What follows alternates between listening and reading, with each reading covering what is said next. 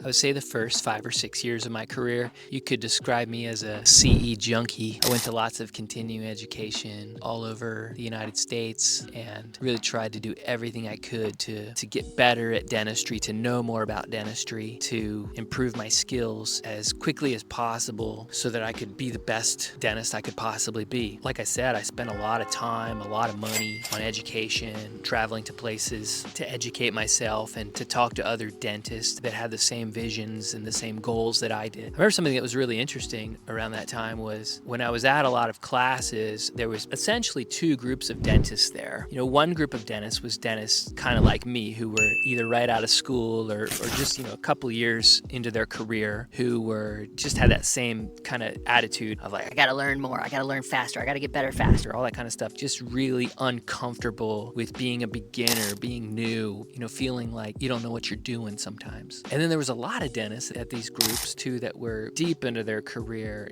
like 20 plus years into their career. And, from my standpoint, looking at them like, gosh, they're so successful. Like they've already had like a really long career. Like, surprised they're here, at this class.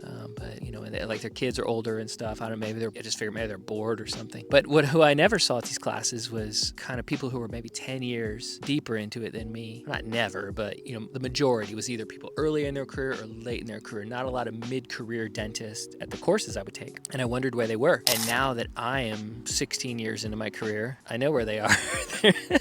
They're not there. They're not at those courses. Since, like I said, early in my career, I was obsessed with taking courses and it didn't even matter what it was about. I was just trying to learn everything. I didn't have a plan or a goal. I remember in that time, I was teaching, I was the adjunct faculty at the dental school here in San Antonio. And I asked Dr. Barghi, a lot of people that went to school here know Dr. Barghi. I asked him, I said, hey, I want some advice for what CE should I take? Essentially, here's the advice he gave me. He said, just pick a topic and learn everything you can about it. I don't worry about learning everything there is to know or trying to be, Superman. Just pick one topic and take every class, read everything you can, and master that one thing, and then move on. And since that advice, I really took that to heart, and usually every year, I try to just focus on one topic, one thing to master, to read everything about, to get better about, to get good about. And I don't travel all around trying to learn everything, trying to be the best at every single thing. I really just try to focus on a couple of things at a time to master. Another reason I think a lot of dentists mid-career weren't at those courses is because mid-career, that's when your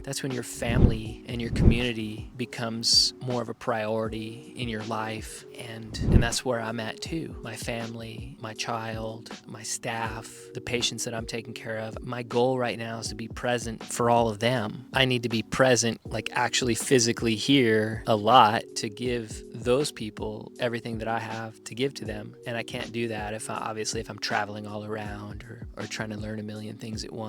I can serve those that I need to serve a lot better if I just stay focused on this place, this moment, and doing a great job at a few things and not trying to become a Superman at everything. Maybe a time will come again where I want to travel all around and take a bunch of courses and learn some new skills. I've taken a really targeted approach to dental continuing education in the last several years. I really only travel for a course if it's going to be awesome. I mean, if something looks like it's going to be awesome or very intriguing to me, I will travel. But otherwise, there's just so much stuff I can learn here locally. I'm also fortunate to be in a great study group, a Seattle Study Club here in San Antonio. So a lot of great education comes to me, which is awesome. So much of what you get out of a course anyway just depends on where you're at in your career and if you're in a position to be able to implement it in the first place. Traveling somewhere to take a course to implement a procedure that you're not in a position to implement is a waste of time. That happened to me a lot early in my career. I took an implant placement course my second or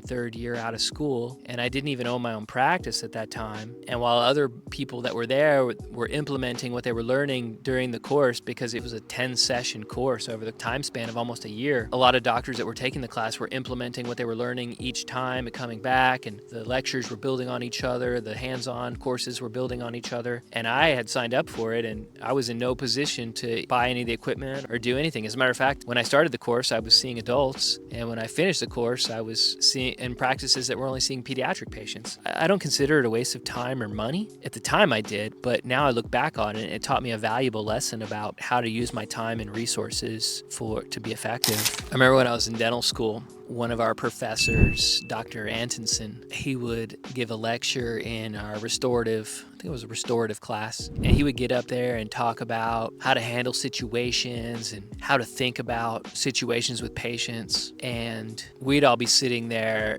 just trying to figure out what was going to be on the test, like what question is he going to ask on the test. And sometimes we'd all leave the lecture and be like, gosh, I didn't get anything out of that. Like, what the heck do you think he's going to ask on the test? And there was other faculty. So we would have that lecture, and then we would go to the lab and do operative procedures like on the mannequins, on the little models and stuff. So all the faculty that taught that class, they were sitting in the back rows of the lecture. So they would listen to the lecture. We would leave the lecture, and all the dental students would say like, man, I don't know what he's going to ask on the test. I mean, he's just talking about treating patients. And I'd listen to all the faculty, and they would be like, gosh, that was a great lecture. That was so good. Like all the stuff he said, that was so powerful. And I remember thinking to myself, like, they don't normally say stuff like that. Like, but every time this guy talks, they're always impressed with what he has to say. And years pass, and I never forgot about that. And I'd always think about how the faculty reacted to what he was saying. And I could remember some of the things that he would say. And I would think to myself years later, like, wow, the stuff you say to patients, so important. It's so important how you think about what you're doing, how you talk about what you're doing, your self-talk, your talk to patients, your talk to your team. And that stuff just gets lost on dental students, unfortunately. But I'm glad it all happened because I thought about it years later and appreciated it. Dental school's a weird environment because there's so much to learn, just like physical things and scientific things to learn. And then there's so much communication stuff to learn. 4 years is not enough time to teach all the things there are to learn. It really just gets down to planting the right seeds. I think that's really what's the most important thing that happens in dental school, is just planting the right seeds in the minds of future professionals so that when the information is relevant, they can conjure it back up in their brain.